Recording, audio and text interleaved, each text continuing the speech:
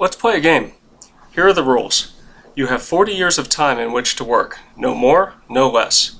During this period of time, you will consume a portion of your take-home salary, and the rest of it you will put away for retirement.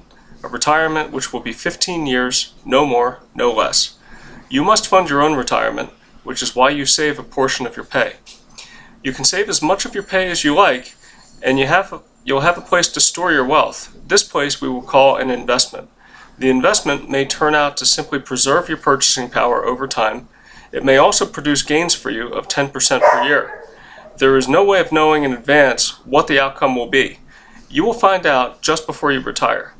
Many, let's call them experts, may claim to know the answer and will offer you their opinion, but you should ignore their advice as useless.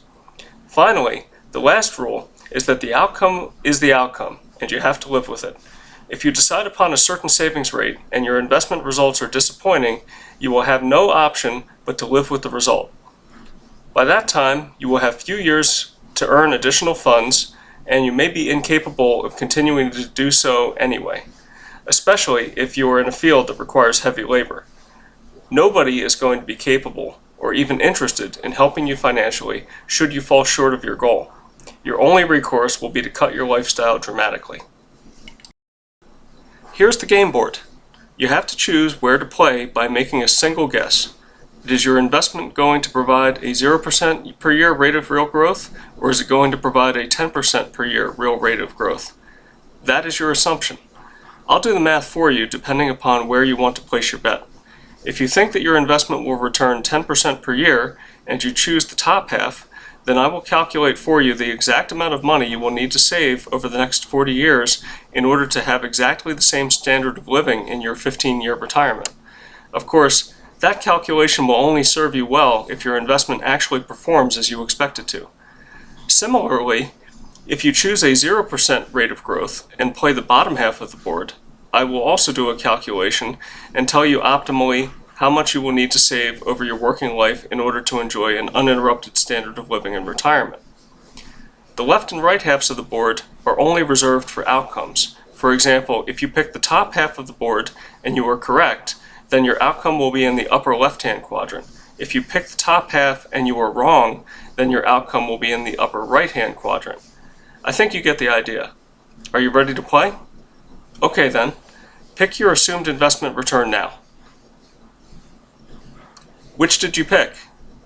Keep that in the back of your mind, and let's go through all of the possible outcomes of this game and see where you might end up in the case of either you are being right or you're wrong. Let's start with the upper left-hand quadrant, which will represent the situation where you assumed that your investment would provide a return of 10% per year. I did the math for you. Using this assumption, the savings rate you would likely adopt would only be 3.3% of your take-home salary. Pretty easy thing to do, huh?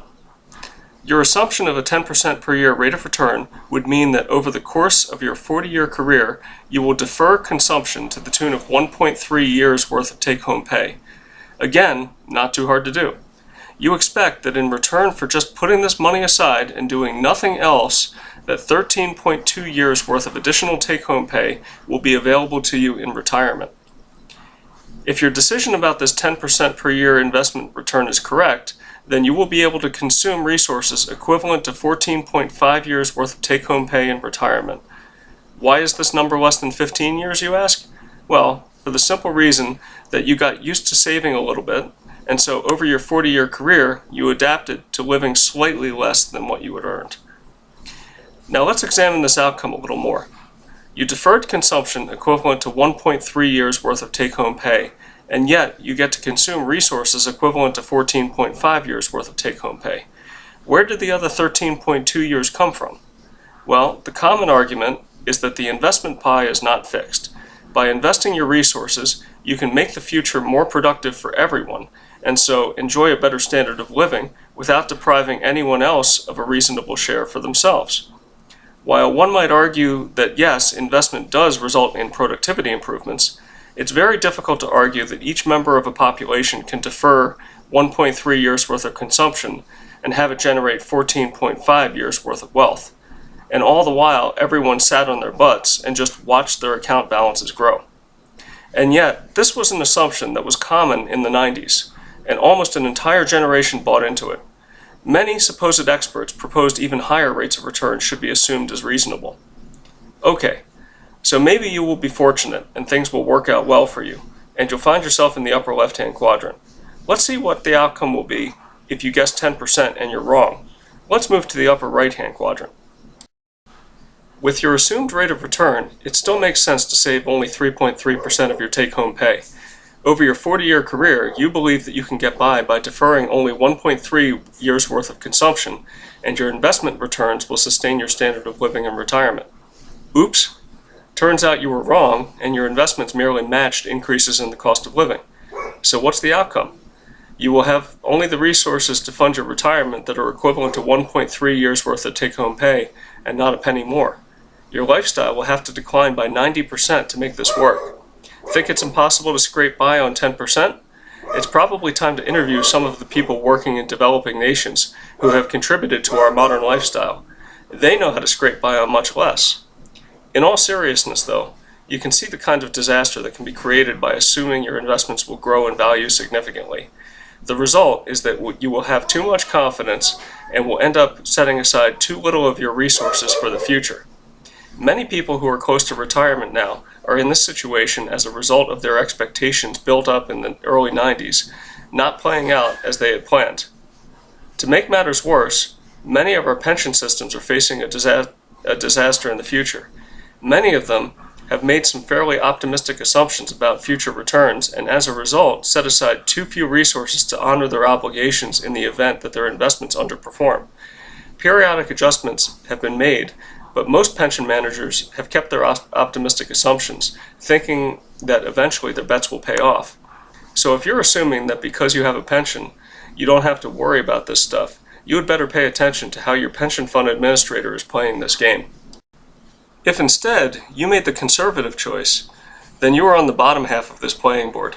Let's cover the case in which your choice was the right one and your investment just kept up with the cost of living. Because of your assumption of low return, you will need to save 27% of your take-home pay. This is personally about how much I save. It takes a while to get comfortable with this level of saving, and may seem unrealistic or even impossible at first, but consider that most Chinese save this amount or even more. If you are able to set aside this level of wealth from your take-home pay, then over 40 years you will have accumulated 10.9 years worth of take-home pay on an inflation-adjusted basis. This will be enough to get you through a 15-year retirement without a lifestyle decrease. Remember, you'll get used to saving 27% of your take-home pay, and so you'll only need 73% of your salary over your 15-year retirement in order to enjoy the same standard of living. In other words, 10.9 years. While saving at such a high level seems unreasonable and difficult, let me tell you that there is something very liberating about adopting a more simple lifestyle. In addition, it's hard to put a value on the security that comes from reducing the uncertainty that surrounds retirement preparation. When you assume a low rate of return and plan accordingly, then you do not have to take the risk of having an outcome that is as tragic as in the upper right-hand quadrant illustrates. But the best part comes from making the low return assumption and being wrong. Let's explore that last quadrant. In this case, you make the low return assumption and save 27% of your take-home pay, assuming that you will get nothing more than the preservation of your purchasing power. You defer consumption equivalent to 10.9 years worth of take-home pay. But it turns out that you were wrong. In the end, your investment gives you an unexpected 10% per year rate of return, and you are left with resources that are equivalent to 110 years worth of after-tax salary. Now you have freedom. You have choices. Spending this amount of money in 15 years would be almost as difficult as Richard Pryor's job in the movie Brewster's Millions. You can increase your lifestyle dramatically while still being generous to others. Maybe you will pass your wealth along to your children. Maybe you will enrich the lives of others via charity. Of course, maybe you'll be lucky enough to notice in advance at the end of your 40-year working career just how well your investment is doing for you, and then you'll have a choice of retiring early or maybe taking that fun but lower paying job that you've been dreaming about. So I hope you found this little game to be interesting.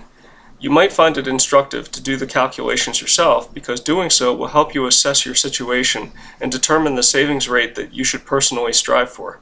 In the big picture though, The moral of the story of this game is that it is much better to pick something to invest in that has a tremendous upside potential, but will at least keep you even with the cost of living.